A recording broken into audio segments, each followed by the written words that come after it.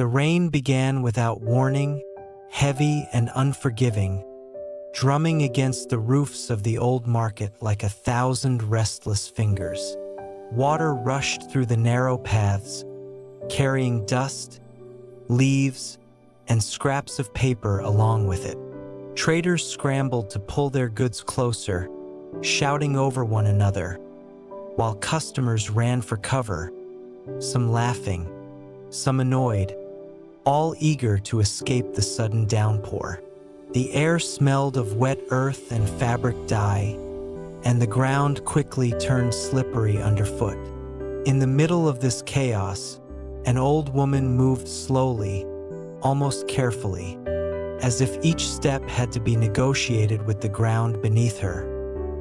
Her name was Mama Aduni. She was small, thin, and bent slightly forward, not just from age but from years of carrying life's weight alone. Her clothes were old and worn, the kind that once had color but now only remembered it. Rain soaked through her gown, clinging to her fragile frame. Her gray hair, loose and tangled, stuck to her face and neck. She had no umbrella, no bag, nothing to shield her from the rain except her own patience. People brushed past her without looking, their shoulders hunched, their eyes fixed ahead. To them, she was part of the background, like the cracked walls or the leaking roofs. Something old, inconvenient, and easily ignored as the rain grew heavier. Mama Aduni spotted a fabric shop glowing warmly amid the gray.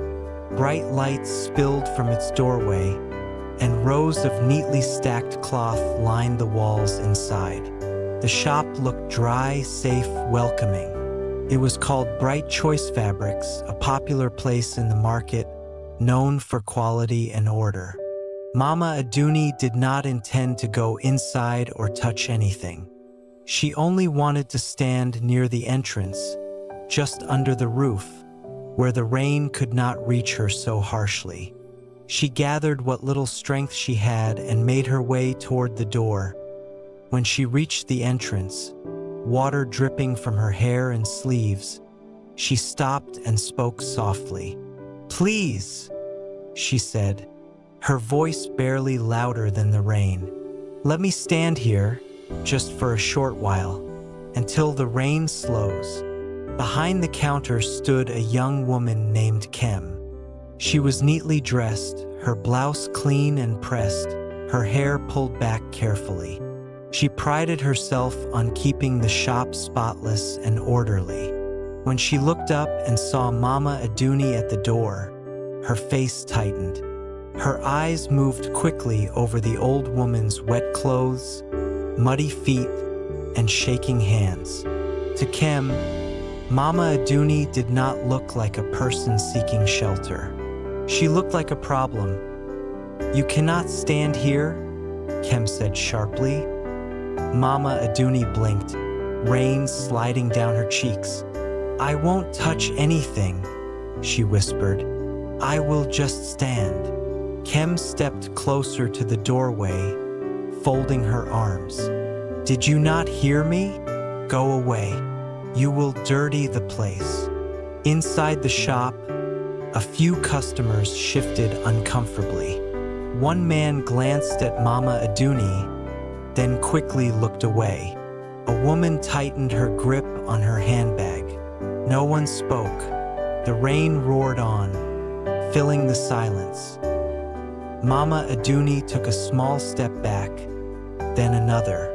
She stood just outside the door, the rain immediately reclaiming her. Water ran down her arms, soaking her sleeves, her shoulders drooping as if the sky itself pressed down on her. She waited, hoping anyone would speak up, hoping someone would say it was okay, that she could stay. But no one did. Kem watched her with growing irritation. The old woman's presence felt like a stain she could not wipe away. "Madam," Kem said loudly, "I told you to go." Mama Aduni did not move. She looked tired, not stubborn. Tired in a way that came from long years of disappointment. That was when Kim lost her patience. She stepped outside into the rain, her shoes splashing water onto the ground. "I said go!" she shouted, and then she kicked. The kick was not strong enough to seriously injure, but it was strong enough to humiliate. Mama Aduni cried out, a thin, broken sound, and stumbled backward. She slipped on the wet concrete and fell to one knee, her palms slapping into the muddy water. Pain shot through her leg, but worse than the pain was the shame. Mud streaked her skin and clothes. Her cry cut through the noise of the rain, sharp and sudden. People froze. A few gasped. Some whispered. Most pretended not to see.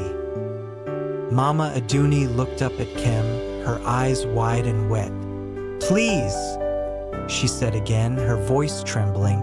"I have nowhere to go." "Kim, stop."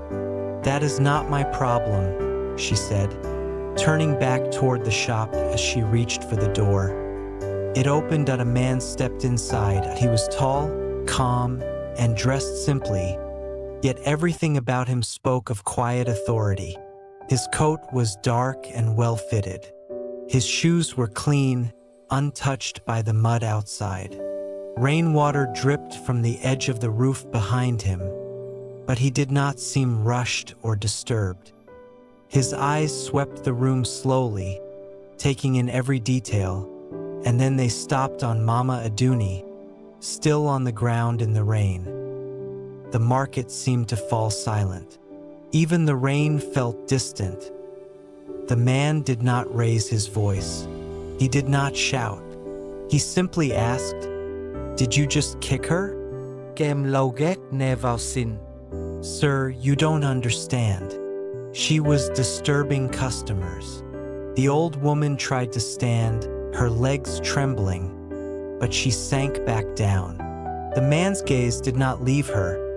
"What is your name?" he asked gently. "My name is Mama Aduni," she replied softly. He nodded, then turned back to Kim. "Get her a chair." Kim stared at him, confused. "Sir, she cannot." "I said," he repeated calmly. "Get her a chair." His tone made the air feel heavy. Kim obeyed, dragging a plastic chair to the doorway. Mama Aduni sat slowly, her breathing uneven. The man removed his coat and held it out to her. "Take this." She hesitated. "Sir, Please," he said. She wrapped the coat around herself, warmth spreading through her thin body. Tears filled her eyes. "Thank you," she whispered.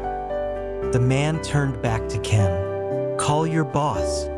Kim's hands shook as she picked up her phone. Inside the shop, whispers began to spread. Someone recognized the man. Another gasped softly. "That's him," someone whispered. "The owner of the market." Kim's phone slipped from her hand and hit the floor. Fear washed over her face. The man spoke calmly. "Tell him the owner of this market is standing in his shop." Time seemed to stop. When the manager arrived minutes later, soaked and breathless, the truth became undeniable. The man was indeed the market's owner, a wealthy, powerful figure known for his influence, but rarely seen in person. He did not focus on his authority. Instead, he focused on dignity. He asked questions. He listened. He made Kim kneel in the rain, not to humiliate her for entertainment, but to make her feel, even briefly, the vulnerability she had forced on another. He made her apologize, not quickly, not easily, but with understanding. He made her wash Mama Aduni's feet, only with Mama Aduni's consent, turning punishment into a lesson. Then the truth unfolded further. Mama Aduni's past came into the open. Years of hardship after her husband's death, children gone, days without food, nights without shelter.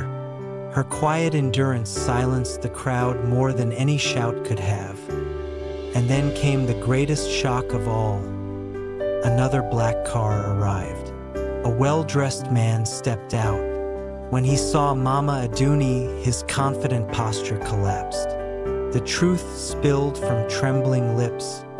She was his mother, the woman everyone ignored, the woman who was kicked in the rain. Her son, now a wealthy businessman, had abandoned her years ago in search of a better life. Success had come, but at the cost of presence, of responsibility, of love. Seeing her collapse under the weight of everything forced him to confront the truth he had avoided for years. Mama Aduni was taken to the hospital. She survived. She forgave. Kem lost her job, but not her future. She was sent to learn what dignity truly meant, not through power, but through service. The rich man stayed. He did not fix things with money alone. He stayed with his mother. And the market changed. The rain stopped. Sunlight broke through the clouds, reflecting off the wet ground. People who had watched in silence walked away quieter than they arrived, carrying something heavier than their shopping bags. Because that day, an old woman was treated badly, until a rich man entered the shop, and everyone learned that kindness should never wait for power to arrive first. After the black SUVs drove away and the crowd slowly returned to their routines, the market no longer felt the same. People spoke in lower voices. Traders who once shouted now paused when an elderly person passed. A few offered seats. Others offered water. It was subtle, but something had shifted. The story of Mama Aduni spread from stall to stall, not as gossip, but as a warning and a reminder. People realized how close they themselves had come to being like Kem, choosing comfort over compassion, silence over courage. Kem remained behind after everyone left. The shop felt empty, stripped of the pride she once carried. She scrubbed the floor again and again, not because it was dirty, but because her heart was. Every splash of water reminded her of the rain, of the kick, of the old woman's trembling voice.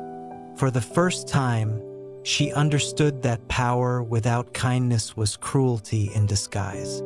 Losing her job hurt, but losing her old self hurt more.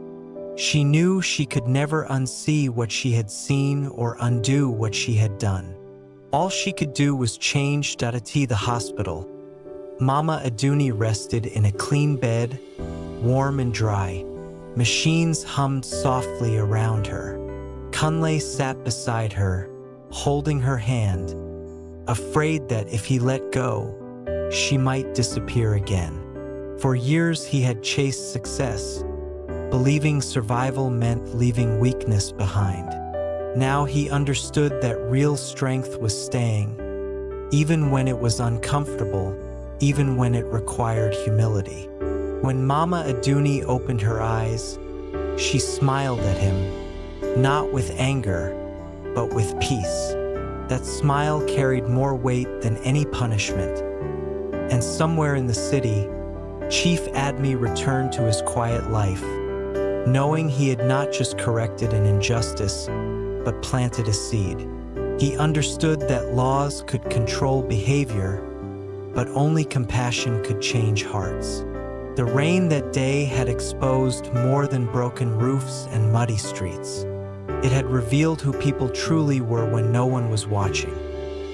Long after the ground dried, the lesson remained. Dignity costs nothing, kindness needs no permission, and sometimes the smallest act of mercy can change more lives than all the money in the world.